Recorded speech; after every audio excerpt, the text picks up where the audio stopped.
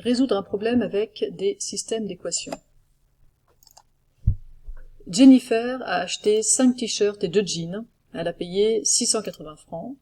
Brad a acheté 4 t-shirts et un jean, plus un blouson qui coûtait 600 francs, le blouson, et il a payé 1060 francs en tout. Question, combien coûte un t-shirt, combien coûte un jean, et résoudre ce problème à l'aide d'un système d'équations. La première chose à faire, vous le savez, c'est déterminer quels sont nos inconnus. Alors, je dis bien nos inconnus au pluriel, puisque là, on nous dit à l'avance qu'on va avoir affaire à un système d'équations. Mais qu'est-ce qu'on cherche? On cherche le prix d'un t-shirt et le prix d'un jean. Ben, ça va être ça, nos inconnus. Hein. X, ça va être le prix d'un t-shirt, Y, le prix d'un jean. Qu'est-ce qu'on a comme information? Eh bien, on sait que Jennifer a acheté 5 t-shirts et 2 jeans et qu'elle a payé 680 francs. Donc elle a payé 5 fois le prix d'un t-shirt, donc 5 fois X, et 2 fois le prix d'un jean, donc 2 fois Y. Et tout ça, ça doit être égal aux 680 francs qu'elle a payé. 5X plus 2Y égale 680. Pour Brad, c'est pas beaucoup plus compliqué. Il a acheté 4 t-shirts, donc il a payé 4X, plus un jean, donc 1Y, plus un blouson qui coûtait 100 francs, donc plus 600, et tout ça, ça doit être égal à 1060 francs qu'il a payé au total. Voilà pour ma deuxième équation.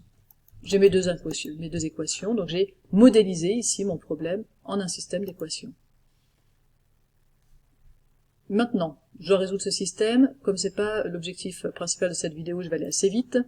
Je vous propose de passer d'abord de 600 de l'autre côté pour nous ramener à une forme plus connue. Donc j'ai 5x plus 2y égale 680, et quand je fais moins 600 à gauche, 4x plus y, moins 600 à droite égale 460.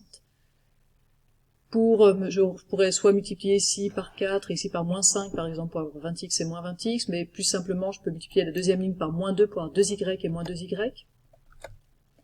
J'ai donc 5x plus 2y égale 680, que je recopie tel quel, et la deuxième ligne que je recopie en faisant fois moins 2, donc moins 8x moins 2y égale moins 920.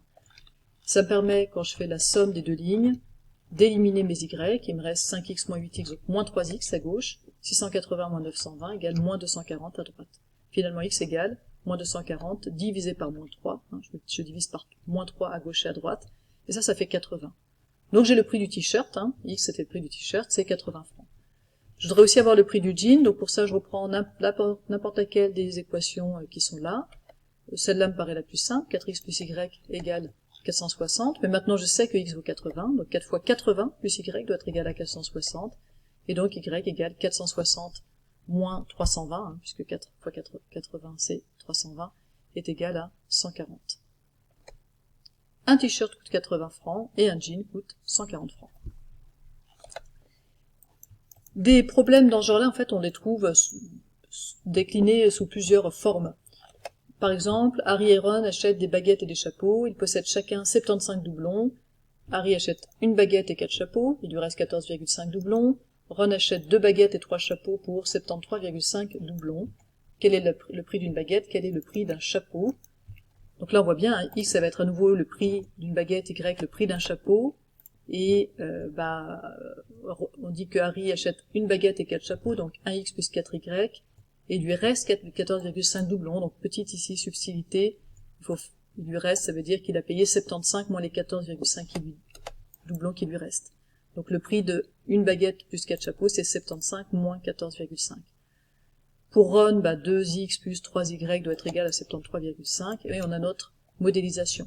Je vous laisse le soin de résoudre ce système.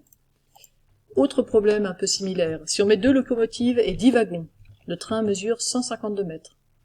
Maintenant on enlève une locomotive et on ajoute 2 wagons, le train mesure 160 mètres. Question, quelle est la taille d'un wagon, quelle est la taille d'une locomotive? Notre x ce sera la taille du wagon, y la longueur d'une locomotive, et on a, comme pour les problèmes précédents, des informations sur deux types de situations similaires, mais où simplement les paramètres ont changé. Soit on met 2 locomotives et 10 wagons, et on a 152 mètres, soit on met une locomotive en moins, donc une seule locomotive, et 2 wagons de plus, donc 12 wagons, et on a 160 mètres. Enfin, ça va se traduire simplement par 2x plus 10y, hein, 2 fois la taille des locomotives, plus 10 fois la taille des wagons, ça doit faire 152 mètres, et puis une fois la taille d'une locomotive, plus 12 fois la taille des wagons, ça doit faire 160 mètres. à nouveau, je vous laisse le soin de résoudre. Hein. L'idée ici, c'est de voir simplement la modélisation. Troisième problème qui est similaire. Un torréfacteur met en vente deux sortes de mélanges de café.